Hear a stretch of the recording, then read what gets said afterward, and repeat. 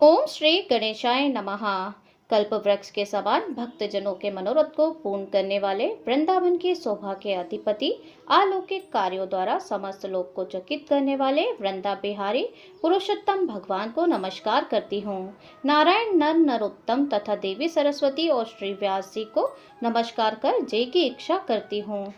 नमस्कार दोस्तों, स्वागत है आपका अपना भक्ति ज्ञान 11 चैनल में। आज से हर रोज आप हमारे चैनल पर पौष मास की कथाएं सुनेंगे। जैसा कि आप सभी लोग जानते हैं, भगवान श्री गणेश को सर्वप्रथम पूजा जाता है और आज की कथा का हम प्रारंभ कर रहे हैं गणेश जी की कृपा से ही। भगवान श्री गणेश की पूजन करने से हर विघ्न बाधा दूर होती है और रिद्धि सिद्धि प्रदान करते हैं भगवान श्री गणेश ही। भगवान श्री गणेश की पूजा सर्वप्रथम की जाती है। भगवान श्री गणेश को विघ्न विनाशन, बाधाओं का विनाशक माना गया है और भगवान श्री गणेश की आराधना करने से बुद्धि और ज्ञान बढ़ता है, बल्कि सारी चिंताएं भी दूर होती हैं। लेकिन वो कौन सा समय है जिसमें निश्चित हुआ कि गणेश जी की पूजा सर्वप्रथम होना चाहिए? चलिए आज की कथा के माध्यम से हम आपको श्रवण कराते हैं। श्री गणेशाय नमः। एक समय की बात है, विष्णु भगवान का विवाह लक्ष्मी जी के साथ निश्चित हो गया।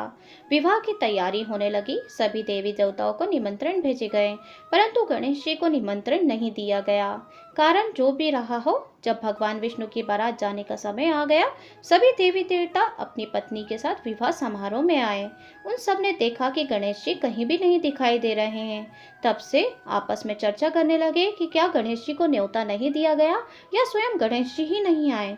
सभी को इस बात पर आश्चर्य होने लगा। तभी सबने विचार किया कि भगवान विष्णु से इसका कारण पूछा जाए। विष्णु भगवान से पूछने पर उन्होंने कहा कि हमने गणेश जी के पिता भगवान श्री भोलेनाथ महादेव को न्योता प्रदान किया है, अर्थात भेजा है। यदि गणेश जी अपने पिता के साथ आना चाहते हैं तो आ जाते। अलग से न्योता देने की कोई आवश्यकता ही भी नहीं थी। दूसरी बात यह है कि उनको 1.25 मन मूंग तथा 1.25 मन चावल, 1.25 मन घी और 1.25 मन लड्डू का भोजन दिन भर में चाहिए। यदि गणेश जी नहीं आएंगे तो कोई बात नहीं, दूसरे के घर जाकर इतना खाना पीना अच्छा भी नहीं लगता है। इतनी वार्ता कर ही रहे थे कि किसी एक ने सुझाव दिया, यदि गणेश जी भी आ जाएं तो उनको द्वारपाल बैठा देंगे, अर्थात हम फिर बारात ले जाएंगे और आपका घर का ध्यान भी रख लेंगे। आप तो चूहे पर बैठकर धीरे धीरे चलोगे तो बारात से बहुत पीछे रह जाओगे। यह सुझाव भी सबको पसंद आ गया, तो भगवान श्री हरि विष्णु ने अपनी सहमति भी दे दी। होना क्या था, इतने में गणेश जी वहां आ पहुंचे और उन्होंने समझा बुझाकर घर की रखवाली करने के लिए बैठा दिया गया। बारात चल दी, तब नारद जी ने देखा कि गणेश जी को दरवाजे पर ही बैठा दिया गया है। वे गणेश जी के पास गए और रुकने का कारण पूछा। गणेश जी कहने लगे कि विष्णु भगवान ने मेरा अपमान किया है। नारद जी ने कहा कि आप अपनी मूषक सेना को आगे भेज दें तो वह रास्ता खोद देगी, जिससे उनके वाहन धरती में धंस जाएंगे। तब आपको सम्मान पूर्वक बुलाना पड़ेगा। अब तो गणेश जी ने अपनी मूषक सेना जल्दी से आगे भेज दी और सेना ने जमीन पोली कर दी। जब बारात वहां से निकली तो रथों के पहिए धरती में धंस गए। लाख कोशिश करें परंतु पहिए नहीं निकले। सभी ने अपने अपने उपाय किए, परंतु पहिए तो निकले ही नहीं, बल्कि जगह जगह से टूट गए। किसी की समझ में नहीं आ रहा था अब क्या किया जाए। तब तो नारद जी ने कहा, आप लोगों ने गणेश जी का अपमान करके अच्छा नहीं किया है। यदि उन्हें मना कर लाया जाए, उनका कार्य सिद्ध हो सकता है और वह संकट टल सकता है। शंकर भगवान ने अपने दूत नंदी को भेजा। वे गणेश जी को लेकर आए। गणेश जी का आदर सम्मान के साथ पूजन किया गया। तब कहीं रथ के पहिए निकले और अब रथ के पहिए निकल तो गए, परंतु वे टूट फूट गए थे, तो उन्हें सुधारे कौन? पास के खेत में ही खाती काम कर रहा था, अर्थात उसे बुलाया गया और खाती अपने कार्य करने के पहले भगवान श्री गणेश का नमः करके, अर्थात नाम लेकर गणेश जी की वंदना मन ही मन करने लगा। देखते ही देखते खाती ने सभी पहियों को ठीक कर दिया। तब खाती कहने लगा कि हे देवताओं, आपने सर्वप्रथम गणेश जी को नहीं मनाया होगा और ना ही उनका पूजन किया होगा, इसलिए तो आपके सभी संकट आया है और आपके सारे काम बिगड़ने लगे हैं। हम तो मूर्ख अज्ञानी हैं, फिर भी सर्वप्रथम गणेश जी को पूजते हैं, इतना ध्यान करते हैं। आप लोग तो देवता गण हैं, फिर भी आप गणेश जी को कैसे भूल गए? अब आप लोग भगवान श्री गणेश जी के जयकार बोल करके आगे जाइए, तो आपके सब काम बन जाएंगे और कोई संकट भी नहीं आएगा। ऐसा कहते हुए बारात वहां से चल दी और भगवान विष्णु और माता लक्ष्मी के साथ विवाह संपन्न करा के सभी सकुशल घर लौट आए। हे गणेश जी महाराज, आपने विष्णु भगवान को जैसे कारज सारियो ऐसो कारज सबको सिद्ध कर जो। बोलो गजानन भगवान की जय। इस तरीके से पौष मास का कथा अध्याय पहला समाप्त होता है। हे गणेश जी महाराज, जैसे आपने भगवान विष्णु के सारे काम संवारे, वैसे हम सभी के भी सारे काम संवारना। बोलिए गजानन महाराज की जय। आइए जानते हैं कि पौष मास का महत्व क्या होता है। इस महीने में कौन से देवी देवताओं की पूजा करना चाहिए, इस महीने के नियम क्या होते हैं, साथ ही कौन से कार्य हमें नहीं करना चाहिए, कौन से कार्य करना चाहिए, पूजा विधि क्या होती है, आइए जान लेते हैं। तो देखिए, हिंदू कैलेंडर के अनुसार पौष का महीना 10वां महीना कहलाता है। पौष मास में इसकी शुरुआत मार्गशीर्ष मास के पूर्णिमा के अगले दिन से होती है।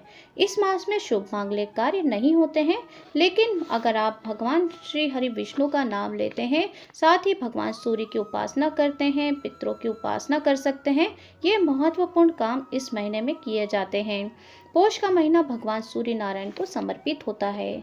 इस महीने में साथ ही बृहस्पति देव की पूजा भी की जाती है और जगत के पालनहार श्री हरि विष्णु की पूजा आराधना की जाती है। इनकी पूजा करने से खुशहाली आती है, अच्छे स्वास्थ्य की प्राप्ति होती है, लंबे आयु की प्राप्ति होती है, जीवन में खुशहाली आती है।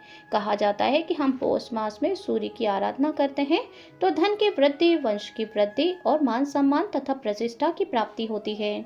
तो ये तो था महीना पौष का। भगवान सूर्य देव की पूजा इस महीने में की जाती है क्योंकि मकर संक्रांति के दिन उत्तरायण हो जाता है, जो कि भगवान सूर्य की पूजा का विशेष दिन माना जाता है। पौष महीना प्रारंभ हो रहा है 16 दिसंबर सोमवार से, अर्थात कल से। पौष मास को छोटा पितृपक्ष भी कहा जाता है। मान्यता है कि इसमें पूर्वजों की आत्मा की शांति के लिए जो पिंडदान किया जाता है, तर्पण किया जाता है या श्राद्ध कर्म किया जाता है, और साथ ही जन्म मरण के बंधक से इस महीने में ये सारे कार्य करने से मुक्ति भी मिल जाती है। पितरों की आत्मा को शांति मिलती है और पितृ दोषों से मुक्ति मिलती है।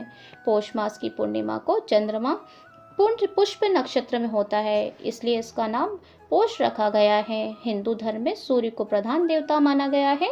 हिंदू धर्म ग्रंथों के अनुसार पौष मास में सूर्य के भव्य स्वरूप की पूजा करना चाहिए। शास्त्रों में धर्म, ऐश्वर्य, श्री अर्थात लक्ष्मी, ज्ञान और वैराग्य का भव्य कहा गया है और इसमें युक्त को भी भगवान माना गया है। पौष मास में भगवान भास्कर 11,000 किरणों के साथ तप कर सर्दी से राहत देते हैं।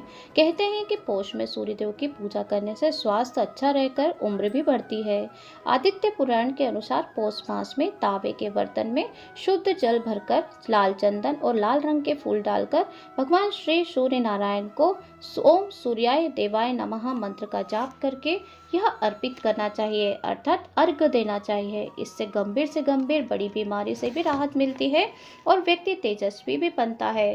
पौष मास के हर रविवार को व्रत भी रखा जाता है और यह रविवार व्रत रखकर अगर तिल और चावल की खिचड़ी साथ ही गुड़ भगवान सूर्य देव को अर्पित किया जाए तो साधक को बेहद स्वास्थ्य की और ऊर्जा प्राप्त होती है।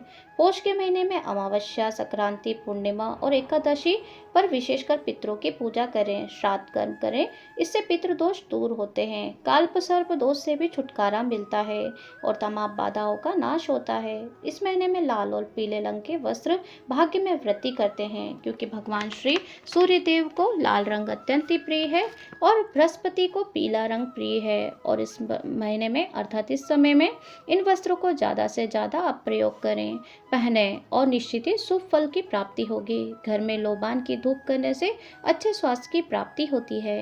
पौष मास में अत्यधिक तला हुआ भोजन नहीं करना चाहिए, मेवा आदि भी प्रयोग नहीं करना चाहिए। इनकी जगह पर आपको गुड़, लौंग, अजवाइन का सेवन करना चाहिए। इससे आपकी सेहत अच्छी बनी रहती है। जैसा कि आप सभी जानते हैं कि इस महीने में ठंड अपने चरम पद पर होती है। ठंड अत्यधिक होने की वजह से हम जितनी अधिक गर्म चीज़ों का सेवन करते हैं, हमारा स्वास्थ्य उतना ही अच्छा रहता है। इस महीने में गुड़ का सेवन करना अत्यंत सर्वश्रेष्ठ माना गया है। इस मास में ठंडे पानी से स्नान नहीं करना चाहिए, अर्थात गर्म पानी से ही स्नान करना चाहिए। पौष मास में दान का अत्यधिक महत्व होता है और इस महीने में सर्दियों का होता है, तो ऐसे में बहुत से लोग जिनको आपकी आवश्यकता होती है, आप उनको अपने सामर्थ्य के अनुसार दान कर सकते हैं। आप ऊनी वस्त्रों का दान कर सकते हैं, इसके अलावा अन्न का दान कर सकते हैं। ये तो सबसे महत्वपूर्ण दान कहलाता है। कहा जाता है कि पौष में महीने में 9 प्रकार के अन्न का दान करना चाहिए। अपनी इच्छा अनुसार जितना भी संभव हो सके 9 प्रकार के दान किसी भी ज़रूरतमंद को आप दान करते हैं तो आपके जीवन में कितनी भी बड़ी परेशानियां, संकट होगा वो उससे आपको मुक्ति मिल जाएगी। और हाँ, इस समय में आप बहुत से ऐसे लोग हैं जो कि भूख की वजह से, ठंड की वजह से परेशान हो जाते हैं। सड़क के किनारे ऐसे बहुत से लोग हैं जिनके पास ना तो पर्याप्त खाने का भोजन होता है, ना ही वस्त्र होता है।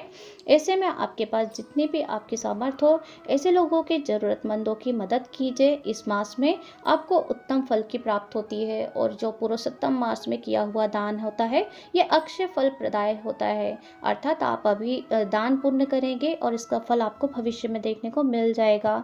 अर्थात इस मास में कल से आप रोज हमारे चैनल पर पौष मास की पौराणिक कथाएं सुनेंगे। आज की कथा को अगर आपने पूरा सुना है तो कमेंट बॉक्स में जय श्री हरि विष्णु, जय गणेशाय नमः जरूर से लिख दीजिए। वीडियो को एक लाइक कर दीजिए और अपनी फैमिली, फ्रेंड, रिश्तेदारों को भी शेयर कर दीजिए ताकि वो भी हमारे इस चैनल पर पौराणिक पौष मास की कथाओं को श्रवण कर सकें। और आज से आप हर रोज हमारे चैनल पर पौराणिक कथाओं को जरूर से श्रवण कीजिएगा। मिलती हूँ नेक्स्ट वीडियो के साथ, तब तक के लिए ओम गणेशाय नमः।